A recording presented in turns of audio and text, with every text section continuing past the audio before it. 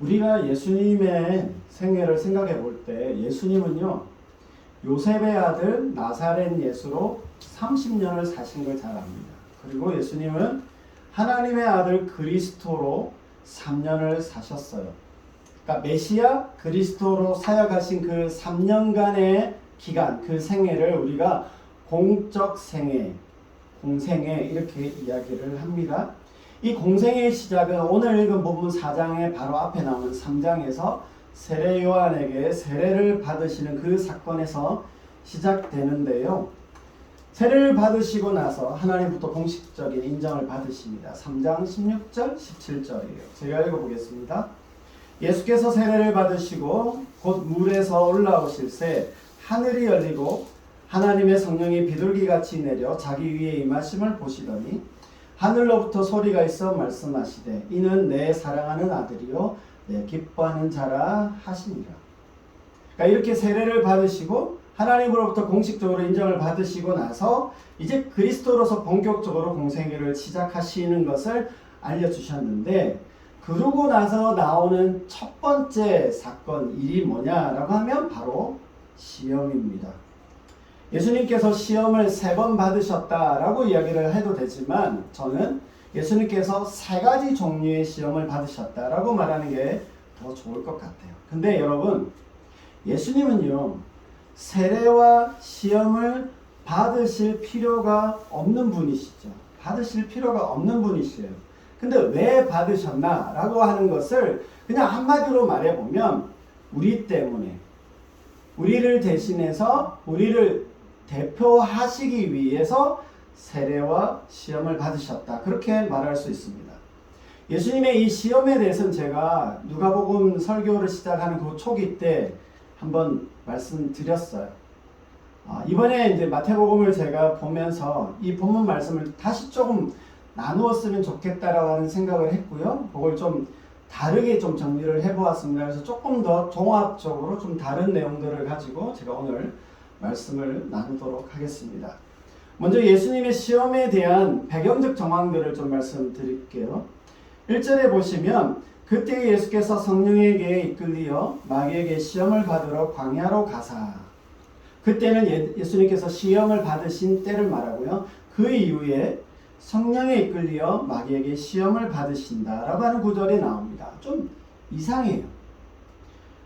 성령에 이끌려서 마귀에게 시험을 받으신다라고 하는 이 구절 안에서 우리가 좀 생각해 볼 수 있는 게 뭐냐면, 성령의 인도하심을 받고 성령이 충만하다고 해서 시험이 없는 게 아니다라고 하는 것을 여기서 우선 볼 수 있고요. 그래서 어쩌면 오히려 성령이 충만하고 성령의 인도함을 받는다 하더라도 오히려 거기에 더 많은 시험이 있고 시련이 있다라고 하는 것을 알 수 있습니다. 성령이 충만하기 때문에 시험을 받을 수 있는 것이고요. 시험을 받으면서 더 충만해지기도 한다라고 하는 사실입니다. 예수님께서 시험 받으신 장소는 광야입니다. 성령께서 광야로 이끄셨음을 기억할 필요가 있는데요. 이 광야는 이 광야와 관계되어지는 그 대상들이 두 개가 있는데요. 하나는 좀 비교가 되어지고요. 하나는 대비가 이루어지는데, 그 첫 번째 대상은 출애굽한 후에 광야 생활을 했던 이스라엘 백성들입니다. 이 이스라엘 백성들이 동일하게 광야에서 생활을 했지만 광야에서 하나님께 순종하지 않았고요. 순종하지 못했습니다. 그야말로 그들은 하나님께 실패했습니다.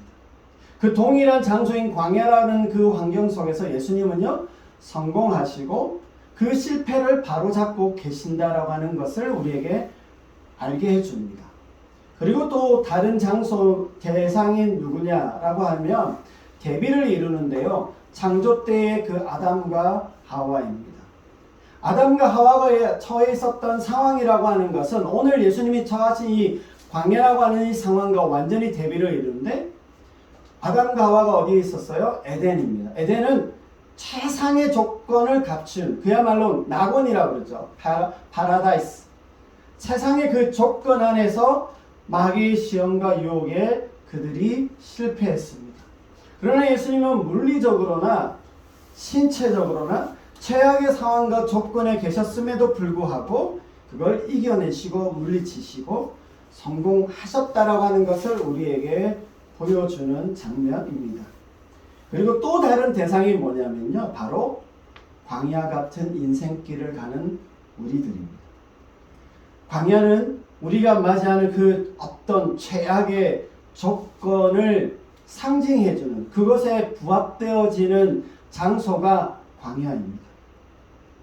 그렇게 황량하고 최악의 조건 같은 그 광야 인생길을 가는 우리의 상황이라 하지만 그곳에서도 우리가 승리하고 이길 수 있다라고 하는, 그 이길 수 있는 길을 여시고 보여주셨다라고 하는 사실입니다. 광야에서 당하는 시험이 당연히 여러분 어렵고 힘들겠죠. 감당 못할 만 할 수 있어요. 그러나 그렇다고요 무조건 실패하고 승리하지 못한다라고 하는 것은 아니다라고 하는 것을 예수님께서 보여주셨다라고 하는 사실입니다. 그리고 2절에 또 다른 정황이 하나 나옵니다. 40일을 밤낮으로 금식하신 후에 줄이셨다고 합니다. 40일간 꼬박 금식하셨어요. 그리고 줄이셨습니다. 아, 예수님은 그리스도이시니까, 요즘 말로 슈퍼파워이시니까 괜찮으셨겠지.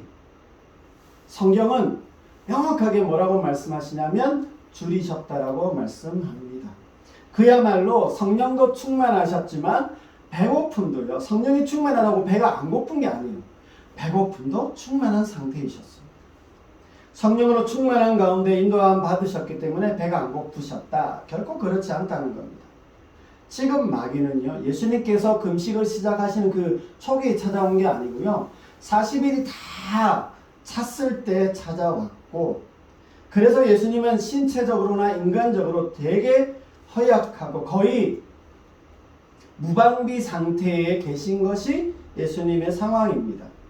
근데 왜 이렇게까지 하셨나라고 하는 것도요, 사실 우리를 위함이고 우리 때문인 것이고, 우리를 대신해서, 우리를 대표해서 받으셨기 때문에, 받으시기 위해서 이런 상황과 이런 환경과 이런 조건 안으로 예수님께서 들어가셨다고 하는 겁니다. 왜요? 우리가 겪게 되어지는, 맞닥뜨리는 그 어떤 상황들이라는 게 있을 수 있잖아요. 그 최악의 상황들에 대해서 우리가 어떻게 반응해야 되는지, 어떻게 이겨내야 되는지를 보여주시기 위해서 그곳에서도 우리가 이길 수 있음을, 거기에도 길이 있음을 우리에게 보여주시고 그것을 열어주시기 위해서 예수님께서 이와 같이 하셨다라고 하는 겁니다. 예수님은 우리가 마주하는 그 어떤 최악의 조건들과 상황들이라 하더라도요, 우리가 잘 헤쳐나가고 풀어가고 이길 수 있다는 걸 보여주셨고요, 우리가 잘 이겨나가기를 원하신다라고 하는 것을 우리가 볼 수 있습니다. 그래서 여러분, 우리가 여기에서 한 가지 먼저 기억하고 지나갈 게 있어요. 하나님 말씀에 시험 당할 즈음에 피할 길도 주신다고 하셨지만, 시험 당할 때, 우리가 시험 당할 때, 유혹 당할 때 어떤 상황이나 조건이라도요, 감당 못할 일은 없고 감당할 능력도 주신다라고 하는 그 믿음을 우리가 견고하게 가지고 있어야 합니다.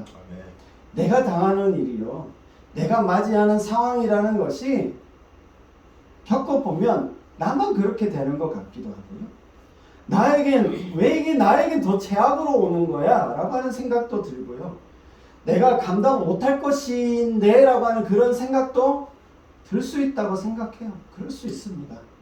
그러나 이런 시험을 당해보신 예수님께서 결국은요, 우리를 이겨내게 하시고 통과할 수 있도록 도우시고 인도하신다라고 하는 그 믿음을 더욱더 우리가 확신 가운데 가지고 나갈 수 있기를 바랍니다.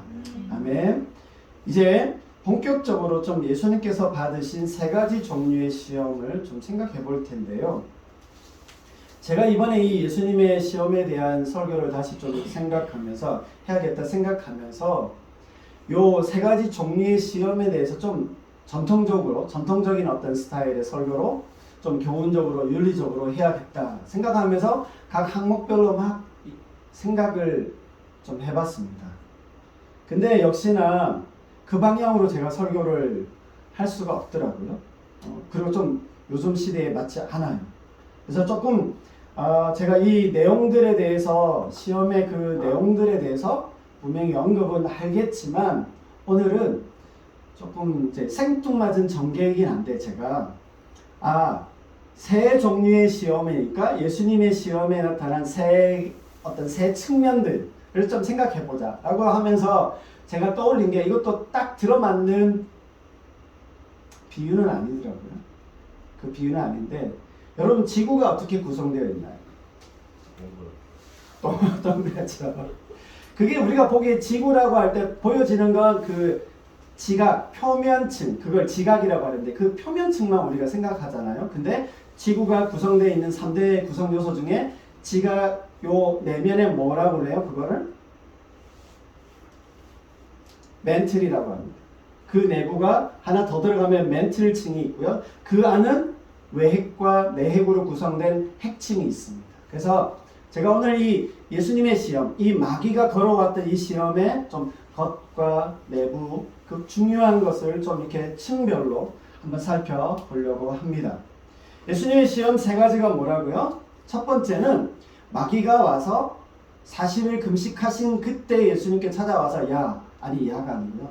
돌들을 마귀는 그럴 수도 있을 거라고 생각하는데 돌들을 떡덩이가 되게 하라고 합니다. 이때 예수님께서 신명기 8장 3절을 인용하시면서 사람이 떡으로만 살 것이 아니라 하나님의 말씀으로 살 것이다 라고 말씀하시면서 거절하시고 물리치십니다. 그리고 두 번째는 이번에는 조금 더 마귀가 그럴싸하게 하면서 성경 구절을 인용해요.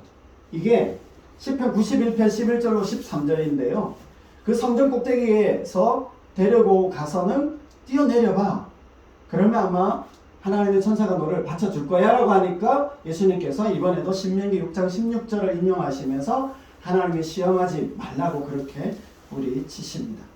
마지막 세 번째는요. 높은 산으로 데려가서 천하만국을 보여주면서 자기에게 경배하면 다 보여주겠다라고 이야기를 하니까 다 주겠다라고 이야기를 하니까 예수님께서 이때도 마찬가지로 동일하게 신명기를 인용하시는데 신명기 6장 13절을 인용하면서 오직 여호와만 하나님만 경배하고 오직 다만 그만 섬기라 라고 하는 그 구절을 말씀하시면서 부지시고 이겨내신다라고 하는 것이 예수님의 시험의 이 세 가지입니다. 요 내용들에 대해서요. 우선 표면적으로 보여지는 내용들 그 시험들을 먼저 생각해 보겠습니다. 여러분 여기에 나오는 이 세 가지 종류들은요. 뭘 대표하냐면 모든 인류가 모든 사람들이 욕망하고 욕구하는 그 모든 어떤 대상들을 여기에 다 포함한다라고 생각하시면 돼요. 그래서요. 이런 내용들이 창세기에서부터 시작되어져요. 창세기 보시면 타락하는 그 장면에서 보면 먹음직, 보암직, 지혜롭게 할 만큼 탐스럽기도 하다라고 하는 요 구절이 여기에 나옵니다. 그리고 나서요. 이게 우리 모든 인류에게 동일하게 있다라고 하는 세 가지 영역들이다라고 하는 것을 요한 1서 2장 16절에 뭐라고 표현하냐면 조금 다르게 표현했는데요. 육신의 정욕과 안목의 정욕과 이생의 자랑 이 세 가지로 했어요. 근데 제가 이번에 보니까 요게 시편 1편에도 언급이 되었어요. 시편 1편에 보시면 악인들의 꾀, 죄인들의 길, 오만한 자들의 자리. 그러니까 이게 성경에 쭉 이런 내용들이 쭉 흘러오고 있다라고 하는 것을 이해할 필요가 있는데요. 특별히 창세기와 신약시대 오늘날 우리를 대표할 만한 그런 내용들로 정리되어 있는데 이거 사이에 예수님께서 이 대상들을 다 시험을 받으셨다라고 하는 것을 이제 그렇게 비교를 하면 이렇게 되어 있습니다. 창세기와 요한일서 예수님의 시험의 중간에 가면 좋을 텐데요. 이걸 다 극복하시고 이기셨다라고 하는 것을 보여줍니다. 그래서 육신의 정욕은 욕정과 욕심, 안목의 정욕은 외형적인 것, 재물적인 것, 그 다음에 이생의 자랑은 명예나 권력 등을 말합니다. 그래서 예수님 받으신 시험의 내용들은 다 이런 것과 유사하다. 딱 들어맞는 건 아니지만 이런 것들을 말한다라고 하는 겁니다. 이 내용들을 보시면요. 결국 물질적인 것, 재물, 출세나 성공, 또 명예와 유명세, 그리고 자녀와 가족들까지 포함되어지는 그 인간의 모든 욕구와 욕정, 쾌락 등을 다 포함하고 있다라고 생각하시면 돼요. 그러다 보니까 이 부분을 설교할 때 이게 설교 안 할 수 없는 게 뭐냐면 이러한 부분들에 대해서 좀 부정적으로, 그래서 조심해야 된다, 경계해야 된다, 삼가해야 된다라고 하는 설교를 우리가 주로 많이 듣게 됩니다. 저도 사실 오늘 이 부분들 하나하나 좀 이제 다 까서 이제 구체적으로 이야기하면 좋겠다 생각을 했어요. 그래서 좀 이거 조심합시다, 멀리 합시다 그렇게 하려고 했는데 그렇게 하지는 못했고요. 분명히 우리의 삶의 욕구의 어떤 대상들이 맞습니다. 이런 측면이 있어요. 그래서 우리가 조심해야 되는 게 맞아요. 맞는데 그런데 말입니다. 그러다 보니까 우리가 하나님에 대해서 오해하게 만들어요. 무슨 오해냐면 하나님은 이러한 것들을 우리에게 주는 것을 꺼려 하시는 것처럼 들릴 수도 있어요. 설교하면서 이걸 균형 있게 하지 못하면, 언급하지 못하면 굉장히 이게 분리적으로 들리고 뭔가 절대 경건주의적인 입장으로 말하게 되면 자칫 하나님은 이런 것에 대해서 인색한 하나님, 이거에 대해서 굉장히 너무나도 엄격하신 하나님이라는 인상을 우리에게 받게 해요. 근데요, 그럼에도 불구하고 우픈 우리의 현실은 뭐냐면 오늘날 교회가 오히려 너무 복과 성공만을 많이 얘기하고 있다라고 하는 모순이 우리에게 있기는 해요. 이게 이상하죠. 자, 아무튼 그러면 이러한 것들이 나쁜 건가요? 비교한 것도. 물질, 재물, 욕망이나 명예나 권력이 악한 건가요? 우상을 섬기지 말라고 했는데 우리가 생각했던 그 우상의 대상들, 그래서 맨날 눈물을 흘리면서 내려놓겠다고 했던 그 우상의 목록들, 그 대상들을 무조건 멀리 해야만 하나요? 오늘 예수님께서 받으신 이 시험의 내용들 안에서요, 그런 식으로 경건하고 거룩하라는 메시지를 주시기 위해서 이게 여기에 있을까요? 라고 하는 생각을 하게 됩니다. 자칫하면 이런 대상들은 무조건 악하고 나쁘다고 생각하게 만드는 그런 이분법적인 흑백 논리 안으로 우리를 들어가게 해서요, 우리 세상 등지고 십자가 보내 이렇게 해서 뭐 세상 등지고 세상을 떠나야 된다라는 식으로 들리게 될 수도 있어요. 그럼 다시 제가 거듭거듭 말씀을 드리지만요, 여기에 언급된 요소들, 대상들은요, 그 자체가 문제가 되지는 않습니다. 욕망해도 괜찮고요, 그런 요소들을 소유하고 누리고 추구하는 것은 당연하고 좋은 것들이에요. 좋은 것들이에요. 하나님께서 우리에게 있게 하신 것이고 누리게 하시고 소유하게 하신 것이고요, 즐거이 이것을 주고 싶어 하신다라고 하는 것을 저는 분명히 여러분들에게 말씀드릴 수 있습니다. 그러나요? 그건 분명합니다. 그러나 조심하고 주의해야 하는 것도 맞아요. 여기 나오는 이런 요소들, 내용들이 분명 우리 인생의 유혹의 대상들입니다. 우리로 하여금 하나님의 말씀에서 벗어나게 하거나 불순종하게 만드는 마귀가, 사탄이 굉장히 애용하는, 즐겨하는 숙주라는 말 아시죠? 코로나 균이 있는데 어떤 매개체를 통해서 우리에게 전달될 때 그 매개체가 숙주 역할을 한다고 그러죠. 이거 하나님이 우리에게 주신 너무 좋은 것들이지만, 가지게 하시는 거지만 오히려 이것이 우리에게 숙주 역할을 해서 마귀가 우리를 시험하고 유혹하고 넘어지게 하는데 역할을 한다라고 하는 사실입니다. 지나치면 안 됩니다. 하나님보다 앞서거나 이것만 추구하면 안 된다는 겁니다. 이것이 주인이 되고 목적이 되고 이걸 위해서 신앙하게 되면요, 문제가 돼요.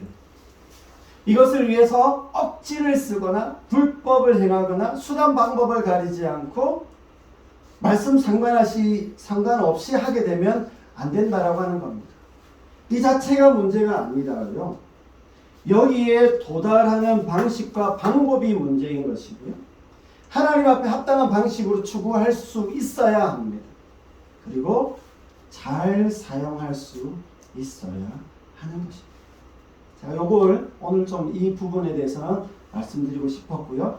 이제 한층 더 딥하게 내부로 들어가서 이 마귀의 속셈의 속사를 좀 우리가 들여다볼 텐데, 제가 방금 언급한 그런 요소들 있잖아요.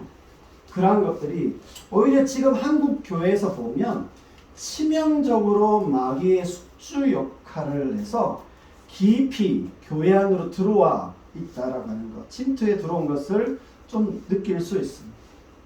악하고 나쁘다고 강조를 했지만 또 한편으로는 그런 내용들에 대해서, 대상들에 대해서 복이라고 성공이라고 너무 높여주다 보니까 우리에게 어떤 일이 일어났냐면요, 본질적으로 중요한 그것에 대해서 우리가 가져야 된 합당한 태도와 방식에 대한 어떤 인식, 그 도전에 대해서는 우리가 너무 빈곤해진 상태고 빈약해져 있다라고.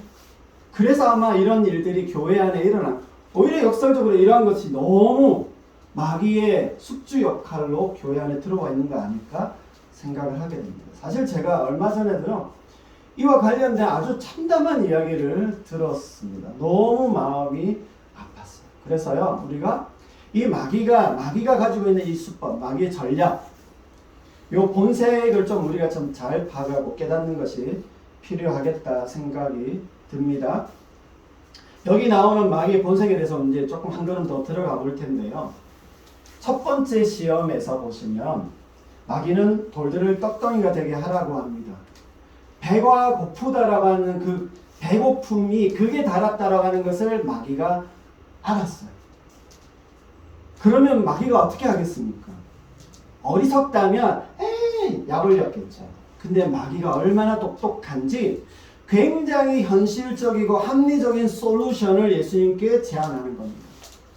이때 제안하는 건요, 마치 마귀가 우리 편인 것처럼 굴 때가 있어요, 여러분. 내 편인 것처럼 굴면서 이야기해요. 네가 만일 하나님의 아들이거든 그렇게 할 수 있잖아. 그렇게 말합니다. 화내지 않아요. 되게 설득력 있게 조금 말합니다. 예수님께서 하나님의 아들 되심을 부정하지 않아요. 오히려 그걸 인정해주면서 자극해줍니다. 당신은 충분히 그럴 자격이 있어요. 사랑받게 태어났어요. 뭐 이렇게 하면서 자극을 하면서, 그런 자격도 능력도 있잖아. 이거 간단해. 이 돌들을 떡덩이로 만들 수 있으니까 그거 만들어서 먹어. 그렇게 말합니다. 하나님의 아들됨을 의심하도록 하는 시험을 하고 있는 게 아닙니다. 뭐예요? 오히려 그걸 증명해 보여줘 라고 이야기를 하는 겁니다. 부추기면서 하나님의 아들 되신 것을 잘못 사용하도록 유혹하는 겁니다. 그럼 뭐가 잘못된 거예요? 하나님을 의지하지 않고 독자적으로 행동하도록 부추기는 거예요. 하나님과 상관없이 독자적으로 행동하도록 미끼를 던지죠. 그럼 어떻게 돼요? 하나님으로부터 독립하는 거예요. 반역하게 되는 거죠. 마귀는 우리를 겁박하든 부추기든 잘되게 하든 못되게 하든 목적이 바로 이런 겁니다. 때로 극한 상황에서 하나님을 원망하고 돌아서게도 하지만요, 하나님과 상관없이 우리가 잘되고 우리 스스로가 잘 형성해 가도록 우리를 시험하고 유혹한다라고 합니다. 오늘 예수님의 시험에서 보여주는 마귀 수법의 본색이 여기에 있습니다. 하나님과 관련 없이, 하나님 없이도 잘 지내고요, 잘 건설해 가고요, 빌드업 잘 할 수 있고요, 흥왕하고요, 행복하고 만족하고 그야말로 등따숩고 배부르게 잘 살게 하는 것입니다. 이게 첫 번째. 두 번째 시험을 한번 보시면요, 성전 꼭대기로 데려가서는 당신은 하나님의 아들이니까 여기서 뛰어내려봐. 그러면 천사들이 와서 받쳐서 너를 죽지 않게 할 거야 라고 그렇게 말합니다. 두 번째는요, 하나님의 아들 되신 걸 인정하면서 더 부추기는데, 앞에서 예수님께서 하나님의 말씀을 인정하는 걸 보고는 그걸 따라합니다. 그걸 따라하면서 어줍잖게 시편 91편을 인용하죠. 여기에서도 말씀을 좀 생략하는 것도 있고요. 이 시편 말씀을 인용하면서 더 부추겨요. 어줍잖게 성경도 인용합니다. 이단도 이렇게 하는 거 아시죠? 이렇다. 이렇듯 마귀의 시험과 제한은 종종 우리에게 다시 들어올 때는 더 심화되기도 하고요. 업그레이드돼서 들어옵니다. 그러면서 제한하고 유혹하는 실상이 뭐예요? 뭔가 눈에 띄는 화려한 방식을 취하라는 겁니다. 뭔가 그럴싸한 퍼포먼스나 이벤트, 허영과 허풍을 더하게 하고요. 자신의 자신됨을 스스로 드러내라고 돋보이게 하라고 그렇게 말하고 있습니다. 무수한 MSG를 막 치게 해요. 돈이나 거짓으로 명예를 취득하게 하고 자기를 잘 포장하게 만듭니다. 교회를 부흥하게 하기 위해서 엄청난 규모의 대출을 무리하게 받아서 큰 건물을 지으라고 말하는 겁니다. 각종 이벤트와 프로그램을 통해서 현혹시키고요. 선동하도록 그렇게 유도하기도 합니다. 그럼 결국 이게 뭔가요? 이렇게 되면 하나님께 순종하는 것이 아니라 하나님을 이용하게 만드는 것입니다. 자, 그러면 여기 조금 더 나아가기 전에 질문 하나 더 할게요.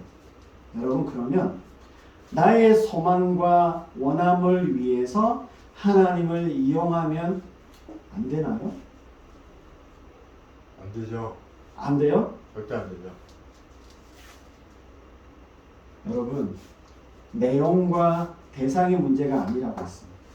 문제는 그분의 원리 안에 잘 머물러 있어야 합니다. 저는요, 정말 하나님을 이용하고 싶다면 진짜 하나님을 잘 이용하라고 말씀드리고 싶어요. 여러분, 결국에는요, 우리가 하나님을 갖다 붙이고 믿음과 신앙이라고 하면서 자신의 어떤 목적과 의도로만 그렇게 하나님을 이용하려고 하는 게 사실은 문제라고 하는 겁니다. 여러분, 이 두 번째 시험은요, 그런 식으로 자기의 목적과 의도로만 하나님을 이용하라고 하는 그 도전과 제안을 하고 있는 유혹이고 시험인 것입니다. 마지막 세 번째는요, 지금 마귀가 천하만국과 그 영광을 보여주면서 사탄 자신에게 경배하면, 요즘 말로 추앙하면 그 모든 거 내가 다 줄게. 여러분, 이 말도 그럴듯하게 들리지만 이것도 거짓 뉴스입니다. 가짜 뉴스예요. 이게 단지 우상숭배를 금하고, 이 말 속에서 우리가 이게 우상숭배를 금하라, 다른 신이나 미신을 따르지 말라라고 하는 정도의 이야기를 많이 들어요. 사실입니다. 분명 그런 우상숭배나 미신적인 것, 민간신앙 끌어들이면 안 돼요. 맞아요. 근데 여기서 이 제안은요, 왜 이 제안을 하냐면 천하만국 그 영광을 다 주겠다라고 하는 건 예수님께서 결국에는 얻으셔야 하는 결과물들입니다. 예수님께서 이루셔야 하는 것들이에요. 그래서 모든 권세가, 모든 무릎이 예수님 앞에 무릎 꿇게 된다라고 하는 그 말씀처럼 이 제안은 예수님의 사명과 관련이 있어요. 우리에게로 보면 우리의 어떤 욕구나 성취하려고 하는 목표, 성과, 또 사명, 사역들이라고 봐도 될 것입니다. 분명히 예수님은요, 십자가의 그 과정을 통해서 이 천하만국의 그 영광과 권세를 얻으실 겁니다. 근데 지금 마귀가 제안하고 있는 게 뭔지 아십니까? 아니, 왜 그 불편하고 고통스럽고 번거롭고 느린 과정과 절차를 따라가려고 하니 그거 생략하고 손쉽게 이룰 수 있는 방법을 내가 줄게 라고 이야기하는 겁니다. 그렇게 제안하면서 유혹해 들어오는 겁니다. 여러분, 이 또한 분명히 말씀드립니다. 그 성취와 결과들 자체가 문제가 아니고요, 태도와 방법이 문제라고 하는 겁니다. 이게 효과적이라고, 이게 더 빠르고 효능감이 더 좋으니까 합리적이고 효과적이고 더 강한 효능감을 주는 일을 선택해서 하라고 이야기를 하고 있는 게 마귀의 이 세 번째 제안입니다. 이 세상법이나 자신의 목적과 목표를 이루는데 편리하고 빠르고 합리적이라면 무엇이든 다 동원해서 해야 하는 게 맞지 않냐. 그게 똑똑한 거야. 다들 그렇게 하고 있는데 그게 잘하는 거야 라고 말하고 있는 게 이 세 번째 시험의 본색입니다. 이처럼 마귀의 본색은요, 우리를 위하는 듯하고 좋은 것 주는 것 같고 효율적이고 합리적인 듯 그렇게 하면서 더 좋은 것, 원하는 것 주는 것 같지만 결국에는 뭐냐면 하나님과 관계없이 하나님의 식과 법에서 벗어나도 하나님 중심의 그 신앙과 그 삶에서 이탈하도록 탈선하도록 우리에게 유도하고 있다는 겁니다. 그래서 저는 오늘 우리에게 걸어오는 마귀의 유혹과 시험의 이 본색을 우리가 좀 정확하게 알고 이것만이라도 좀 정확하게 볼 줄 알면 좋겠다. 이 겉에 보여지는 것만이 아니라 그 실상, 그 본색을 좀 보면 좋겠다라는 생각이 들어서 오늘 이 말씀을 드립니다. 이제 마지막 측면으로요. 예수님의 대응 방법을 좀 보면서 마무리하고 마치겠습니다. 이런 마귀의 시험에 예수님께서 어떻게 대응하시고 반응하시며 이기셨나요? 마귀의 모든 시험들에 대해 예수님은 하나님 말씀을 인용하시면서 물리치시는데 특히 그 모든 말씀이 어디라고요? 신명기입니다. 신명기는 이스라엘 백성들이 광야 시절에 주신 말씀이 기록되어져 있어요. 광야 시절은 뭐라고요? 이스라엘이 실패한 시간들입니다. 예수님은 이스라엘이 실패한 그 시간 때 주신 그 말씀을 통해서 이기셨어요. 그러니까 하나님의 말씀이 충분하지 않다라고 하는 것이 아니다라고 하는 것을 보여주십니다. 그러다 보니까 우리가 이 예수님의 모범을 따라가야 된다라고 우리가 이제 설교를 듣게 되면서 강조하는 게 뭘까요? 말씀을 강조하게 됩니다. 그래서 우리도 말씀을 많이 알아야 되고 가까이 해야 합니다. 분명히 그래야 돼요. 기본적으로요. 우리가 좀 기본적으로 하나님의 말씀을 모를 때 마귀가 이렇게 성경 인용하는 거 보세요. 그런가 보다 하고 딸려 들어갈 수 있거든요. 기본적으로 하나님 말씀을 좀 알아야 되잖아요. 그리고 암송도 좀 하고 있어야 뭐라도 할 수 있어요. 그렇죠? 그래서 말 나온 김에 올해 말씀을 조금 더 가까이 하십시오. 그래서 신약 성경을 읽도가든 신구약 전체를 읽도가든 좀 계획을 세우시고 시작을 하시면 좋겠어요. 그리고 매일은 아니라도 제가 계속 말씀드리죠. 일주일에 한 두세 번이라도 큐티 매일 성경을 좀 펼쳐서 묵상도 꼭 하시길 바랍니다. 다 하셨어요, 대답을. 네. 자, 마귀도요, 여러분, 말씀 인용하면서 부추기는 거 보세요. 심지어 우리가 그 구절 잘 알지도 못하는 구절을 들이대는 거 보세요. 그러면 어떻게 할 거예요? 그렇죠? 그래서 말씀을 우리 자신을 좀 채워야 됩니다. 그래서 말씀 없이 지나가지 않도록 그렇게 꼭 더 신경을 써 가십시오. 자, 그런데 여기에만 머물러라고 하는 말씀은 아닙니다. 예수님 시험에서 정말 알아야 할 것은 뭐냐면 우리가 하나님과의 그 합당한 관계 안에서 가져야 하는 우리의 진정한 정체성을 잘 지켜야 한다라고 하는 겁니다. 말씀으로 살아가고 하나님만 경배하고 하나님을 시험하지 않아야 한다는 것은 결국 뭘 말하냐면 하나님에 대해 가져야 하는 우리의 합당한 믿음과 신앙의 태도를 말합니다.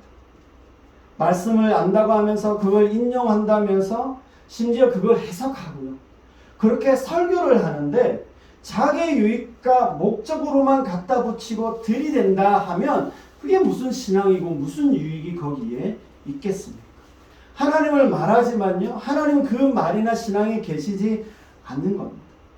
마귀가 성경을 인용할 때랑 뭐가 달라요? 이게 마귀의 본색이고요. 속살입니다.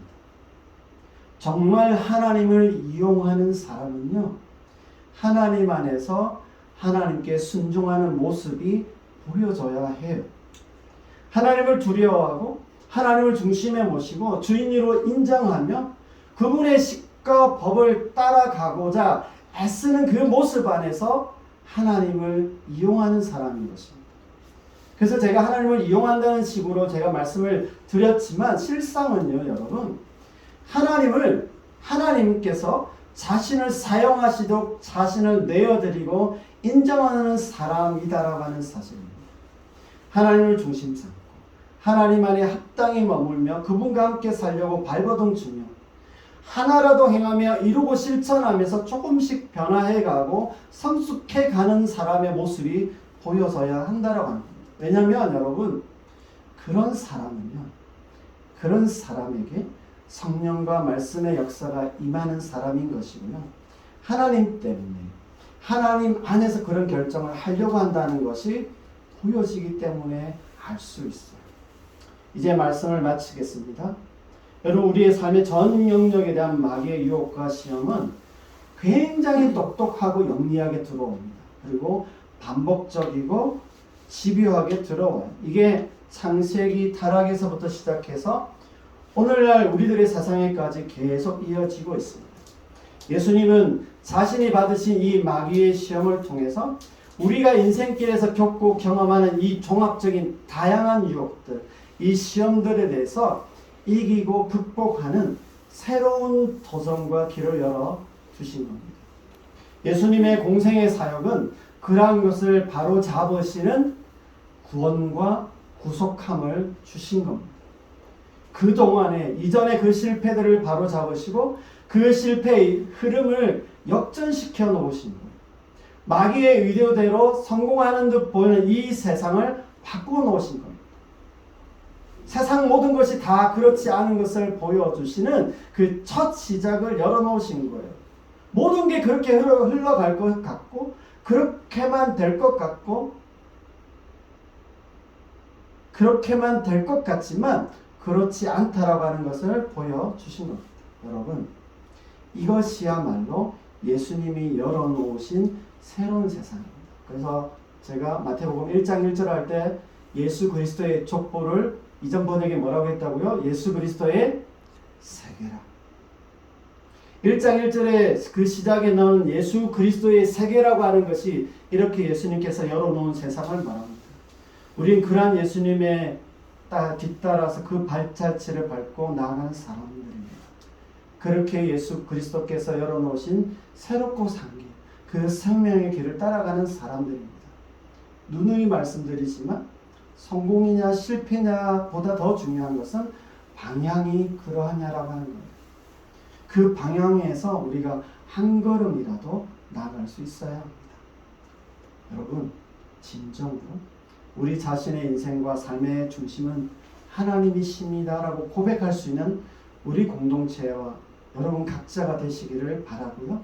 그 고백에 합당하게 말씀 안에서 하나님 안에서 잘 살아가는 우리 모두가 되시기를 주님의 이름으로 축복합니다.